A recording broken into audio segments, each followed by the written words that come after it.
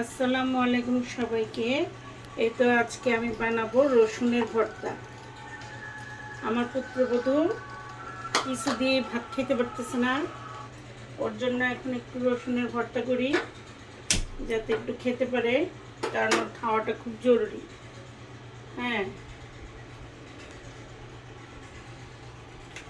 একটু এই তো কড়াইটা বসিয়ে দিলাম। এখন কড়াইয়ের মধ্যে একটু সরিষার তেল দিয়ে দিতেছি।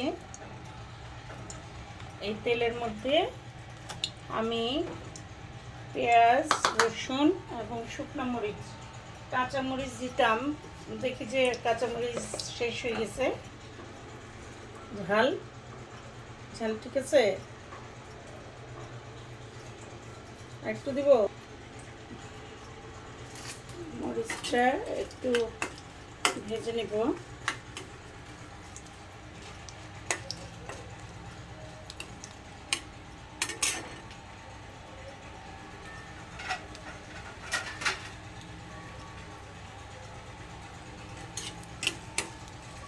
দেখেন মরিচটা কেমনভাবে ভাজতে হবে, একেবারে মচমচে যাতে হয়ে যায় সেভাবে করে ভাজতে হবে।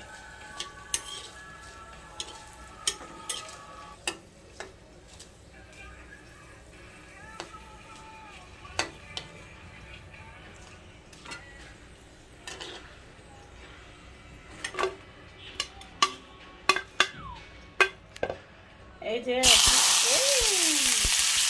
রসুন পেঁয়াজ তেলে ভেজে নেব।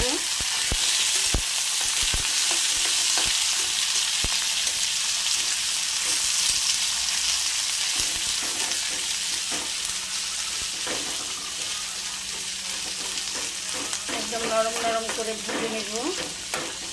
তারপর এগুলি শিলপাটায়ও বাটা যায়, অথবা হাতেও করা যায়, অথবা ওই আমার এই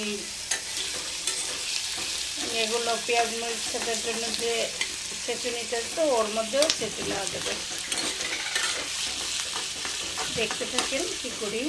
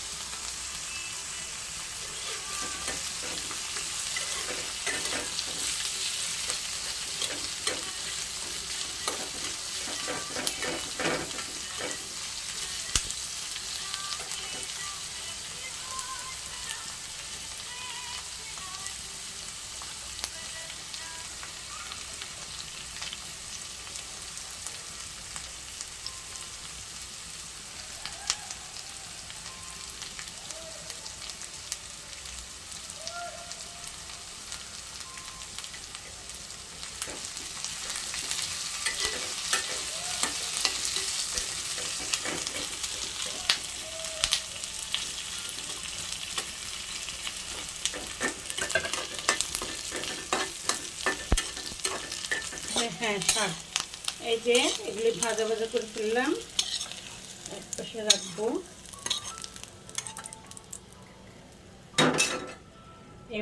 তখন দেখছিলাম কিন্তু আর হলো না, কেন জানি কিনলাম না, অনেক মাত্র 120 টাকাতেই দিয়ে দিছিল। আচ্ছা, এখন এই যে একটু লবণ দিয়ে মরিচগুলি ভালো করে চটকে নিয়ে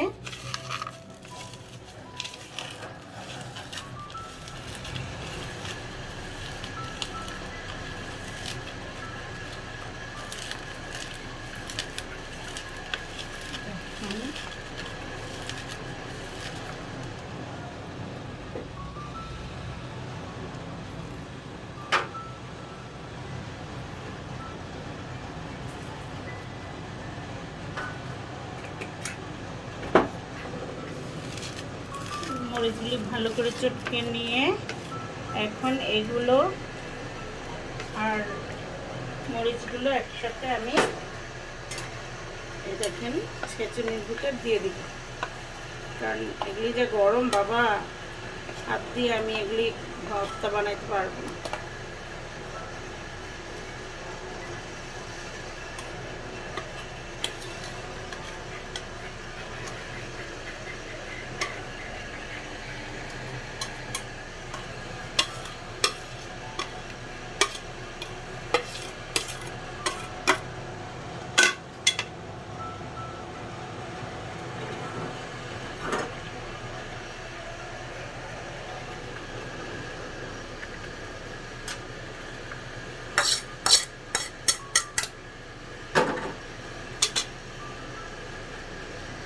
এখন এগুলোকে ভালো করে একদম মিক্স করব।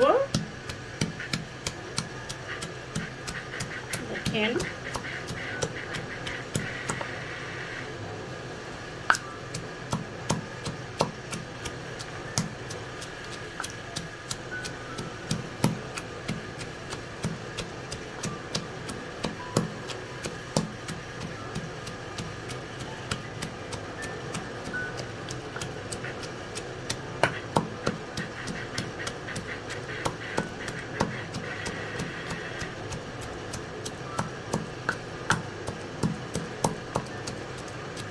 কাটিং করতে হবে কোন এই তো ছেঁচে নিচ্ছি। আসলে ভর্তা যে যেভাবে বানায় সেভাবেই মজা, ভর্তার টেস্টই আলাদা থাকে। আমি অনেকভাবেই ভর্তা বানাতে পারি, এই রসুনের ভর্তাটা আরও আরেক নিয়মেও করতে পারি। সিস্টেমেই অনেক কিছু তৈরি করা যায়। সব সময় একরকম করে খেলে অবশ্য ভাল লাগবে না, এই জন্য একটু চেঞ্জ, জাস্ট, আর কিছু না।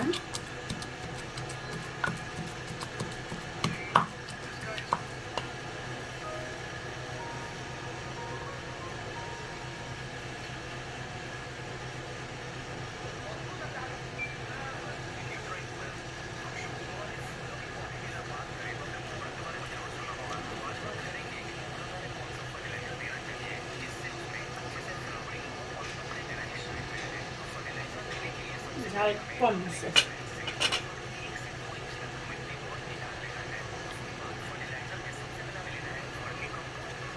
আরো ঝাল দেবো, আরো ঝাল দিলে পেট চলবে। এটা দেখাই, এই তো হয়ে গেল আমার রসুনের ভর্তা, শর্টকাট, ঝামেলা শেষ। আপনারাও এভাবে তৈরি করে দেখবেন টেস্ট কেমন হয়। ওকে, তাহলে আজকে এ পর্যন্তই। আল্লাহ হাফেজ।